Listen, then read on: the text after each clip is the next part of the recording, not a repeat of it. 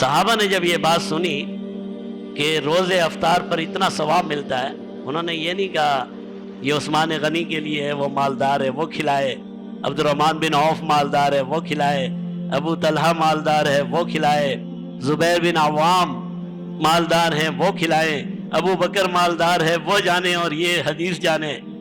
رضی اللہ تعالیٰ عنہم سارے صحابی ہیں، بڑے بڑے مالدار، لیکن روزوں میں جو جذبہ ہے وہ سنیے، ہر شخص کو یہ چاہت ہوئی کہ میں یہ ثواب حاصل کروں۔ قیلا، صحابہ نے عرض کی، یا رسول اللہ، اے اللہ کے رسول، لیس کلنا نجد ما یفطر الصائم۔ صحابہ کی یہ عادت نہیں تھی کہ پیارے محبوب کوئی بات کر رہے ہوتے درمیان میں کاٹتے تھے، ہاں بہت اہم مسئلہ ہو تو کوئی کھڑا ہو جاتا تھا۔ دیکھیں کتنا اہم مسئلہ ہے کہ درمیان میں کھڑا ہو گیا، کہنے لگے جناب نبی کریم صلی اللہ علیہ وسلم، آپ نے فرمایا روزے دار کو جو افطار کروائے اس کی گردن جہنم سے آزاد، اس کے گناہ معاف۔ ہم میں سے ہر شخص تو مالدار نہیں ہے، لیس کلنا، ہم میں سے ہر شخص کے پاس اتنا مال تو نہیں ہے کہ ہم روزے دار کو افطار کرواتے پھریں، ہمارا کیا ہوگا؟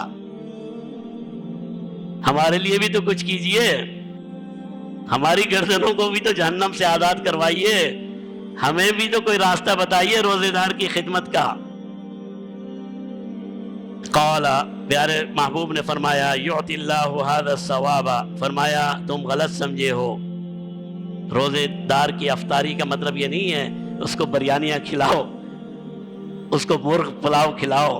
افطاری کا مطلب یہ ہے اگر تم نے صحیح نیت سے کھجور کا ایک دانہ بھی دے دیا، اللہ کے ہاں قبول ہے۔ اللہ اکبر، یہ سوال اگر نہ ہوتا تو یہ بات ہمیں سمجھ بھی نہ آتی۔